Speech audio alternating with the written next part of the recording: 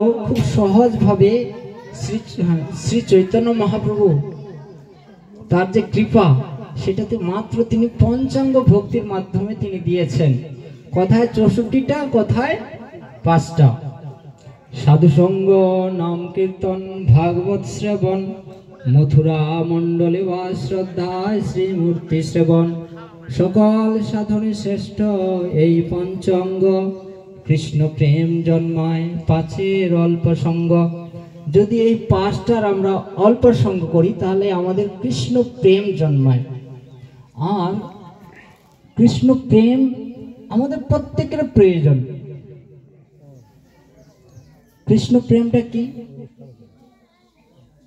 আপনারা সকলে হয়তো জানেন। কৃষ্ণ প্রেম কি? জড়জাগতিক প্রেম ভালোবাসা আমরা তো মোটামুটি উপলব্ধি করেছি, কিন্তু কৃষ্ণ প্রেম হচ্ছে এটা আমাদের সহজাত প্রবৃত্তি, যেটা আর কি জীবের যেটা মৌলিক প্রকাশ বা যেটা বৈশিষ্ট্য, সেটা হচ্ছে আমাদের কৃষ্ণ প্রেম।